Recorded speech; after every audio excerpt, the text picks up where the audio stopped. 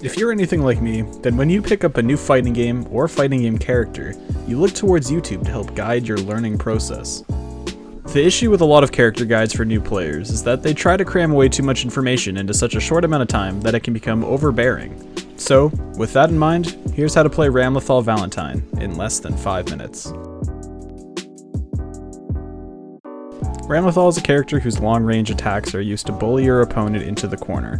There, she uses her sword throws to put your opponent into hard-to-block situations, and once your opponent cracks, deal massive damage to them. Her main gimmick, as alluded to before, are the massive swords that are attached to her. While in possession of these swords, some of Ramlethal's attacks, most notably her slash and heavy slash attacks, have increased properties, like her range and damage.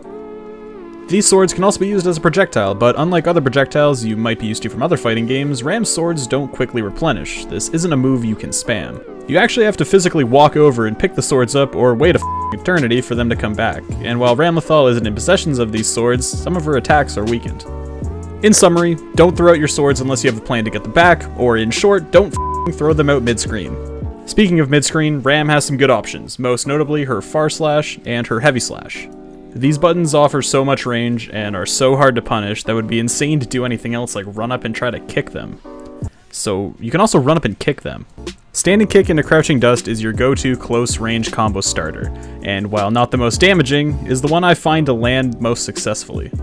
You can combo Crouching Dust into a few different things depending on what you're looking to accomplish, but most Ram players just use it into Dowro. Now eventually your opponent will try to jump at you, but luckily Ramlethal has some good options for this as well. Your standard anti-air is your forward punch. It offers decent range and is quite fast to throw out that it will cover your ass in most situations. Air-to-airing with far slash is also stupid strong for basically the same reasons as on the ground. Use this if you have a bit more time to react or have a read on your opponent's jump. Jump kick and jump punch also work if you need something a little bit faster, but for most general use, just stick with far slash. Now once you bully your opponent into the corner, Ramlethal's options greatly increase. See, Ramlethal's far slash and heavy slash that were effective mid-screen are now doubly effective now. You can now combo them into your sword throw. Using your sword throws in the corner is really what you're looking to accomplish, as 1, they're easier to pick up, and 2, hard to block as they stick to the wall and explode after a short delay. This really puts your opponent under a high pressure situation where if any of your moves hit, you basically get a full combo out of it.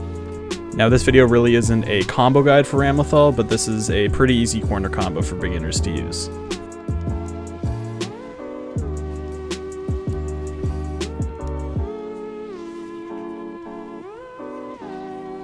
Now if you're new to fighting games, or even new to Guilty Gear, this might seem like a pretty crazy combo to do, but just keep at it, keep trying, eventually you'll get it. Remember, combos are not everything. It's much more important to just learn the basics of the character and what buttons are good to press in what situations, and that's hopefully what I tried to accomplish with this guide. And that's really essentially how you play Ramlethal. Now go online, go press some buttons, have some fun, play some Guilty Gear.